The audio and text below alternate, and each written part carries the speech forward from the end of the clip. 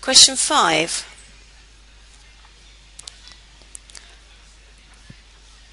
A polynomial p of x is given by x cubed minus 2x squared plus 3. Now 5 part A says use the remainder theorem to find the remainder when it's divided by x minus 3.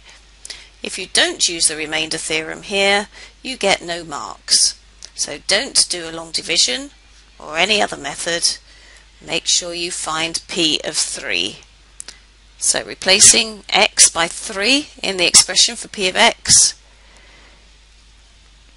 and showing all our working gives us the following answer.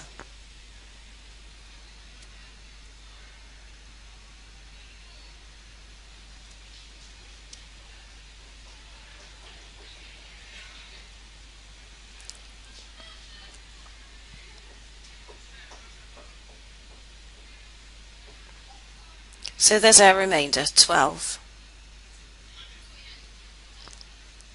5 parts B is asking us to use the factor theorem. Very, very similar to the remainder theorem.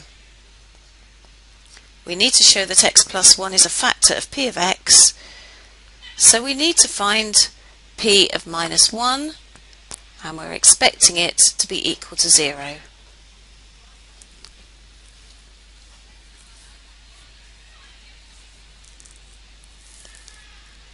So there's the factor theorem. If x plus 1 is a factor, then p of minus 1 is equal to 0. Replacing x by minus 1 in the expression for p of x and showing all our working, not just writing equals 0.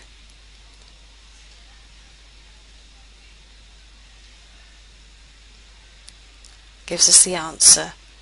And for full marks you must write at the end, so x plus 1 is a factor, not just leave p minus 1 equals 0.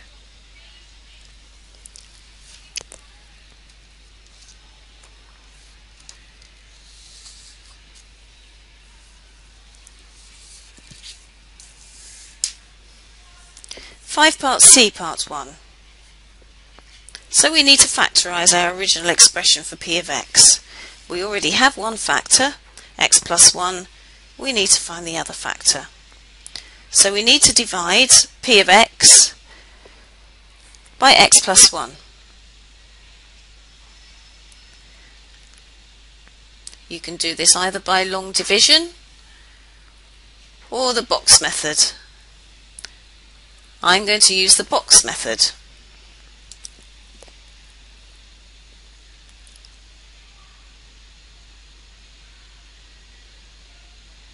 So we're dividing by x plus 1, so put x and 1 down the side. And I'm expecting to get in the middle of this box the original expression for p of x. So I need to choose what goes at the top in order to get that expression. And I'm going to start with x squared, because when I multiply x squared by x I get x cubed, and that gives me the x cubed term in that expression. And then I get an x squared term, but note that I want minus 2x squared, so my next term has to be minus 3x squared, minus 3x, so that I achieve a minus 3x squared term, and altogether my x squared terms make minus 2x squared, which is what I want. I also get minus 3x. I haven't got any x's in my expression, so I need a plus 3 at the top, so that I get a 3x, and together they give me 0 x's, which is what I want. And 3 times 1 gives me 3, which is also what I want. So there we are. My answer is x plus 1, bracket x squared minus 3x plus 3.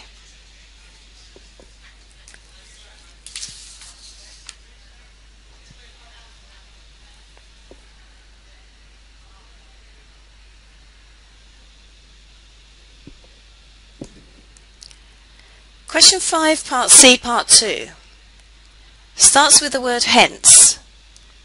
It's very important that you know that the word hence means use the last answer that you got to solve this part of the question.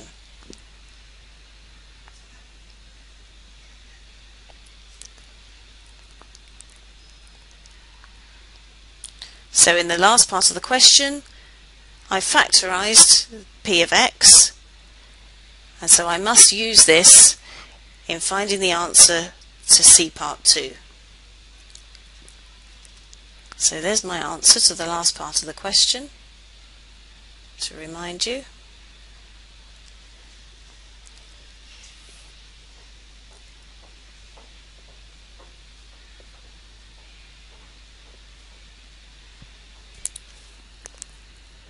Now for exactly one real root, I need to make sure that I only have one real root. So my roots occur when x plus 1 equals 0, and in which case x equals minus 1. So there's my one real root. Or x squared minus 3x plus 3 is equal to 0. I forgot to write the equals 0 in there.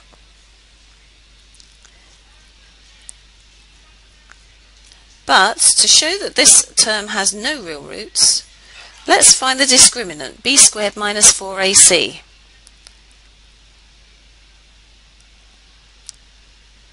So the discriminant, minus 3 squared minus 4 times 1 times 3, gives me minus 3, which is a negative number. So if b squared minus 4ac is less than 0, this means that there are no real roots to this equation. So let's explain. So the only real root